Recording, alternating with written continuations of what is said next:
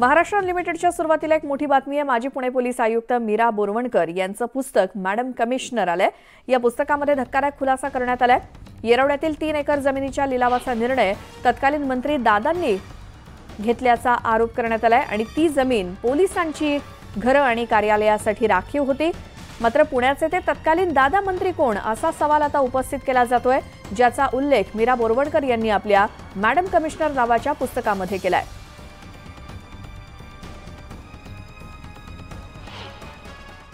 हाँ, तो अब ईडी क्या करेगी? अब देवेंद्र फडणवीस क्या करेंगे? आप ईओडब्ल्यू क्या करेगी? ये सवाल जो है आप हमसे पूछ रहे हो, आप सरकार से पूछिए, बीजेपी नेताओं से पूछिए कि किस व्यक्ति को आपने अपने साथ दिखाया है। पुढची बातमी आहे, शरद पवार यांची मुंबईमध्ये जाहीर सभा होणार आहे। दुपारी 3 वाजता ठाकरसी हाऊस इथे सभेचं आयोजन करण्यात आलंय। या सभेला जयंत पाटील, अनिल देशमुख, जितेंद्र आव्हाड, अमोल कोल्हे उपस्थित असतील। तर आजच्या सभेत शरद पवार पदाधिकाऱ्यांना मार्गदर्शन करणार आहेत। थेट जाऊयात, आमच्या प्रतिनिधी प्रणाली कापसे आपल्यासोबत जोडल्या गेल्यात। प्रणाली, राष्ट्रवादी काँग्रेसची आज दुपारी 3 वाजता होणारी बैठक नेमकी कशासाठी आहे? मुळात थोडंसं या बैठकीच्या वेळेमध्ये बदल झालेला आहे। ही बैठक आता 4 वाजेपासून सुरू होणार आहे। मुंबईमध्ये जर आपण बघितलं तर काही दिवसांपूर्वी राष्ट्रवादीचे जे 2 गट झाले त्यापैकी अजितदादा पवार यांचा गट जो आहे त्यांनी मुंबईमध्ये मोठ्या प्रमाणावर सक्रिय होण्याचा निर्णय घेतलेला। इतकंच नाही तर त्यांनी समीर भुजबळ यांच्यासारख्या मातब्बर संघटन कौशल्य असलेल्या व्यक्तीची मुंबई अध्यक्ष म्हणून निवड केलेली आहे। त्यानंतर याच गटाकडनं मोठ्या प्रमाणावर पदाधिकाऱ्यांची निवड, कार्यकर्त्यांची नोंदणी या गोष्टी मोठ्या प्रमाणावर सुरू असताना आता आज शरद पवार हे मुंबईमध्ये बैठक घेत आहेत। शरद पवार यांच्या अध्यक्षतेत ही संपूर्ण बैठक होती आहे, ज्याच्यामध्ये मुंबई अध्यक्ष घोषित केले जाणार आहेत। गेल्या वेळेला मुंबई अध्यक्ष घोषित करण्यात आलेल्याची जे पत्र आलेलं होतं त्या पत्रामध्ये ती चूक झाली असल्याचं राष्ट्रवादीकडून सांगण्यात आलेलं आहे। परंतु आज मात्र मुंबईला नवीन मुंबई अध्यक्ष मिळणार आहे आणि सगळ्यात महत्त्वाचं म्हणजे की आपले जे पदाधिकारी आहेत, वर्षानुवर्ष मुंबईमध्ये जे 8-9 नगरसेवक राष्ट्रवादी पक्षाचे निवडून येत राहिलेले आहेत, त्या नगरसेवकांना आणि त्यांच्या कार्यकर्त्यांना आपल्याकडे जोडून ठेवण्याचा प्रयत्न जो आहे तो राष्ट्रवादीच्या शरद पवार गटाकडनं केला जाणार आहे। पदाधिकारी कुठल्याही परिस्थितीमध्ये मुंबईसारख्या मोठ्या शहरातले पदाधिकारी हे अजितदादा पवार गटाकडे जाऊ नये असा प्रयत्न आजच्या या बैठकीच्या निमित्तानं केला जाणार। प्रणाली, धन्यवाद या सगळ्या माहितीसाठी। तर 3 नव्हे तर 4 वाजता ही बैठक सुरू होईल अशी माहिती मिळते। ठाकरे गट आणि समाजवादी संघटना आज एकत्र येणार आहेत। वांद्रे इथल्या इमाजी क्लबमध्ये होणाऱ्या बैठकीत समाजवादी विचारधारा असलेल्या संघटना येणार असून उद्धव ठाकरे त्यांच्याशी संवाद साधणार आहेत। मात्र या बैठकीमध्ये समाजवादी पक्षाचे नेते उपस्थित राहणार नसल्याचं सांगितलं जातंय।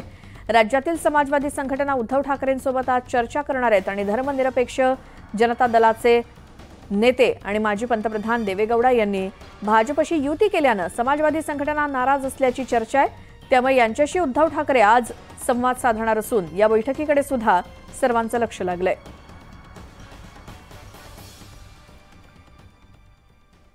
उद्धव ठाकरेंच्या भूमिकेवरती मंत्री दीपक केसरकर यांनी टीका केली। स्वपक्षातील लोकांना समजून घेतलं असतं तर ही वेळ आली नसती असं केसरकर म्हणाले।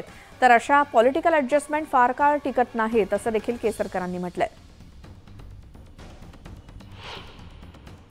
आज समाजवादी पक्ष आणि ठाकरे गट एकत्र येणार आहे, त्यांचा संयुक्त मेळावा होतो। उद्धव ठाकरे देखील समाजवादी पक्षाच्या कार्यकर्त्यांना संबोधित करणार आहेत। एमआयजी क्लबला 12 वाजता कार्यक्रम होणार आहे, कसं पाहता येईल? नाही, बघा, कोणी कोणाबरोबर जावं हा ज्याचा त्याचा प्रश्न असतो, त्याच्यावर का आम्ही बोलणं योग्य नाही।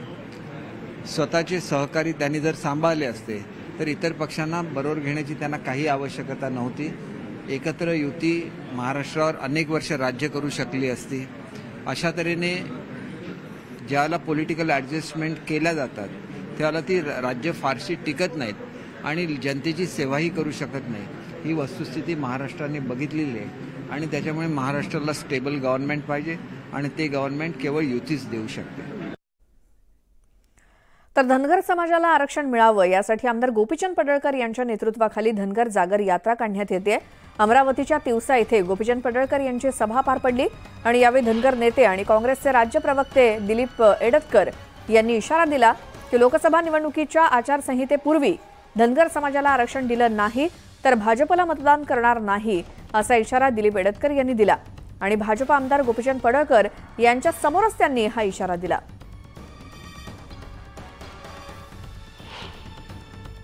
जो अस्सल धनगर असेल, ज्याच्या रक्तात भेसळ नसेल, तो धनगर आरक्षणाच्या मुद्द्याशी इमानदार आहे आणि आरक्षणाच्या मुद्द्याशी इमानदार असलेल्या पक्षालाच तो मतदान करेल, भाजपला करणार नाही. ही जाणीव आपण चेष्टेला करून द्या. लोकसभेच्या आचारसंहितेच्या आधी पालघरमधील वाडा तालुक्यातील शेलटे गावातील नागरिकांनी ग्रामपंचायत निवडणुकीवरती बहिष्कार टाकण्याचा निर्णय घेतला. पालघर जिल्हा हा पेसा जिल्हा घोषित करण्यात आलाय. मात्र शेलटे गावात 95% अधिक आदिवासी समाजातील नागरिक राहत असताना देखील या गावाला पेसाचा दर्जा दिला नसल्याचं समोर आलंय. जिल्ह्यात पेसा अंतर्गत नोकर भरती सुरू असून या नोकर भरतीतील उमेदवारांसाठी ग्रामपंचायतीचा पेसा दाखला बंधनकारक करण्यात आलाय. मात्र शेलटे गावाला पेसाचा दर्जा न दिल्यानं सुशिक्षित बेरोजगार तरुणांचं नुकसान होत असल्याचं ग्रामस्थांचं म्हणणं आहे.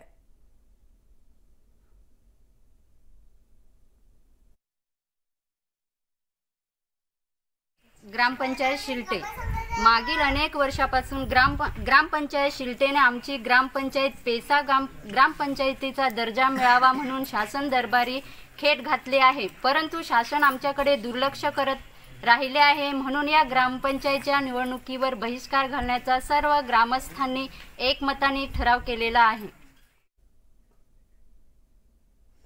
छत्रपती संभाजीनगरमधून एक मोठी बातमी ती म्हणजे समृद्धी महामार्गावरती मिनी बस आणि ट्रकचा जो काही अपघात झाला, या अपघातामध्ये 12 जणांचा मृत्यू झाला तर 23 जण जखमी झाले. जखमींवरती घाटी रुग्णालयात उपचार सुरू आहेत. समृद्धी महामार्गाच्या वैजापूर इथल्या जांबरगाव टोलनाक्यात जवळ ही घटना घडली. सैलानी येथील दर्ग्याला जाणाऱ्या भाविकांच्या या वाहनाला अपघात झाला.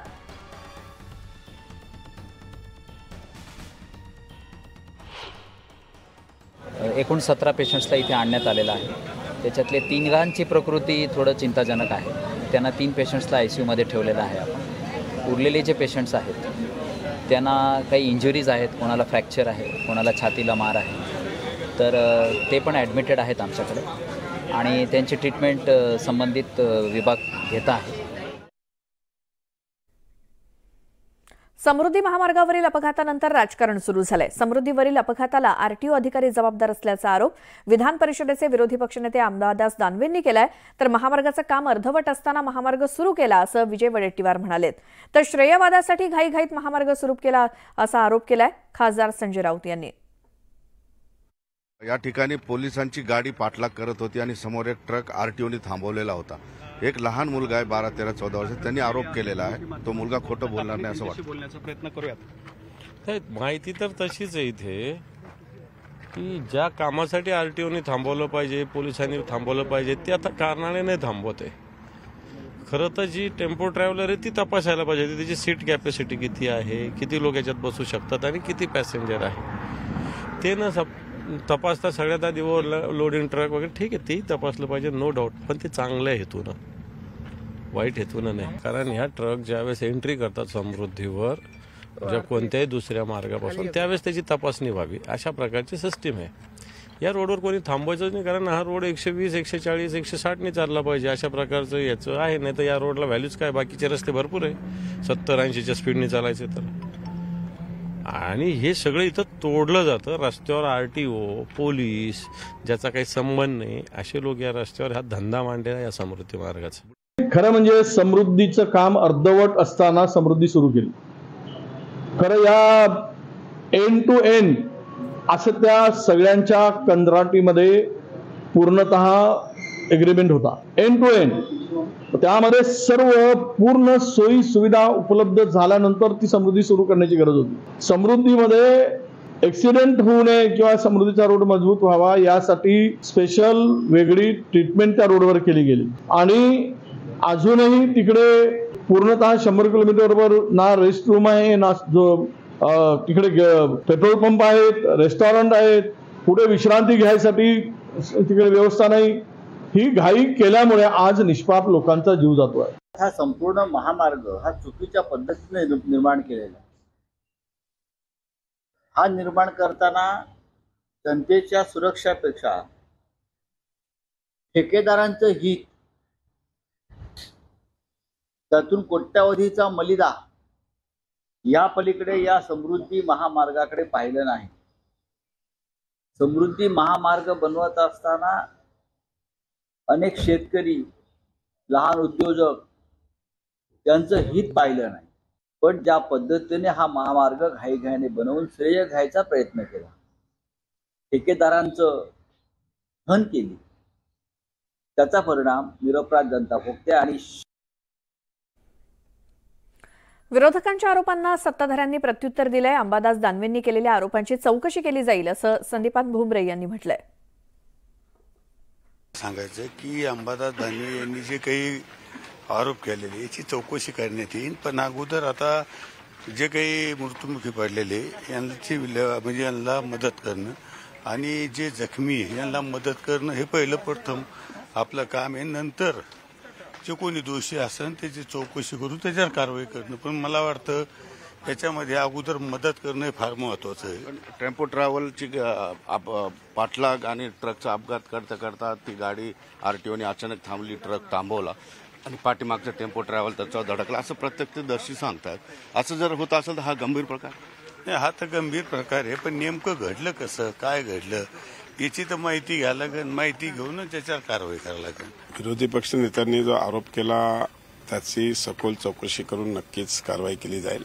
पण कालचा जो अपघात जर स्पॉटवर तुम्ही गेला तर तो ट्रक उभा होता आणि ही जे टेम्पो आहे याच्यामध्ये ओव्हर सिटिंग खूप होतं आणि त्याच्यामुळे आणि तो 2 दिवस प्रवास करून रात्रीचा प्रवास 2 दिवस रात्री प्रवास करत होता आणि असं लक्षात येते की या ट्रकमध्ये खूप स्पीडमध्ये तो ट्रकमध्ये शिरलेला ॲक्सिडेंट आहे. दुर्दैवी गोष्ट आहे.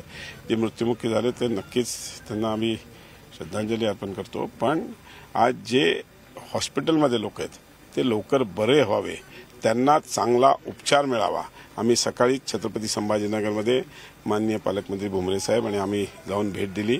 डीन होते, सगळे डॉक्टर्स होते, सगळ्यांना ज्या सूचना द्यायच्या त्या सूचना दिलेल्या आहेत. आणि आता पुढची बातमी आहे. वाशिम जिल्ह्यातील मसलापेंच्या पैनगंगा नदीवरील कोल्हापुरी बंधाऱ्याच्या गेटमधून लाखो लिटर पाणी वाहून जात असल्याचं समोर आलंय. यामुळे शेकडो हेक्टरवरील रब्बी पिकांचं सिंचन प्रभावित होणार आहे. या जीर्ण बंधाऱ्यातून होणाऱ्या लिकेजकडे जलसंधारण विभागाचं दुर्लक्ष झाल्यानं शेतकरी रब्बी पिकांपासून वंचित राहण्याची शक्यता आहे. वाशिम जिल्ह्यातील पैनगंगा नदीवर रब्बीमध्ये जे सिंचन व्हावं, गहू आणि हरभरा तसेच इतर पिकं काढता यावे यासाठी 40 वर्षा अगोदर 6 ठिकाणी मसलापेन, भापूर, धोडप, आसेगाव असे एकूण 6 ठिकाणी कोल्हापुरी बंधारे बांधण्यात आली होती. मात्र हे बंधारे आता 40 वर्षाचा कालावधी झाला त्यामुळे जीर्ण झाली आहे. त्यावर जे पावसाळ्यामधील जे नदीला पाणी येते त्यानंतर हिवाळ्यामधील जे रब्बी पिकं काढायची त्यासाठी पाणी अडवण्यात येते. मात्र हे बंधारे जीर्ण झाल्यामुळे गेट जरी बंद करण्यात आली त्यातून तरी लाखो लिटर पाणी वाया जात असे. त्यातच यंदा आता या मसलापेन जवळील या कोल्हापुरी बंधाऱ्यावर गेट टाकण्यात आले. त्यातून तर पाण्याचं लिकेज होतच होतं. मात्र त्यातल्या त्यात आज यातील एक गेट तुटल्यामुळे लाखो लिटर पाण्याचा अपव्यय होत आहे. यामुळे जो बंधारा पाण्याने भरलेला आहे तो येत्या काही तासात रिकामा होऊन हा कोरडा ठक्क होण्याची भीती व्यक्त होत आहे. तर जो काही जलसंपदा विभाग आहे त्यांनी ठोस उपाययोजना कराव्या ज्यामुळे रब्बीचं पीक या शेतकऱ्यांना काढता येईल. किशोर गोमाशे, न्यूज 18 लोकमत, मसलापेन, वाशिम. वीकेंडचा आनंद लुटण्यासाठी पर्यटक सिंधुदुर्गात दाखल झाले. सिंधुदुर्गातील मालवण, टारकर्ली, देवबाग, शिरोडा या समुद्रकिनाऱ्यांना पर्यटक पसंती देत आहेत आणि समुद्री साहसी खेळ हे पर्यटकांसाठी विशेष आकर्षण ठरत आहेत. त्याचसोबत समुद्रात असणारा सिंधुदुर्ग किल्ला पर्यटकांना आकर्षित करतोय आणि देशभरातून आलेले पर्यटक सिंधुदुर्गातील विविध समुद्रकिनाऱ्यावरती पर्यटनाचा आनंद लुटत असल्याचं पाहायला मिळतंय.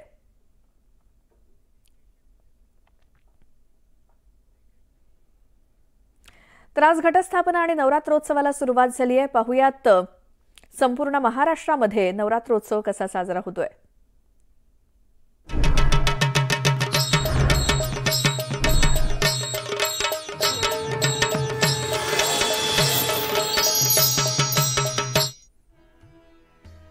देशभरात आजपासून शारदीय नवरात्रोत्सवाला सुरुवात झाली आणि 9 दिवस घरोघरी घट बसवले जातात. राज्यभरात नवरात्रीचे हे 9 दिवस उत्साह असतो. कोल्हापूरच्या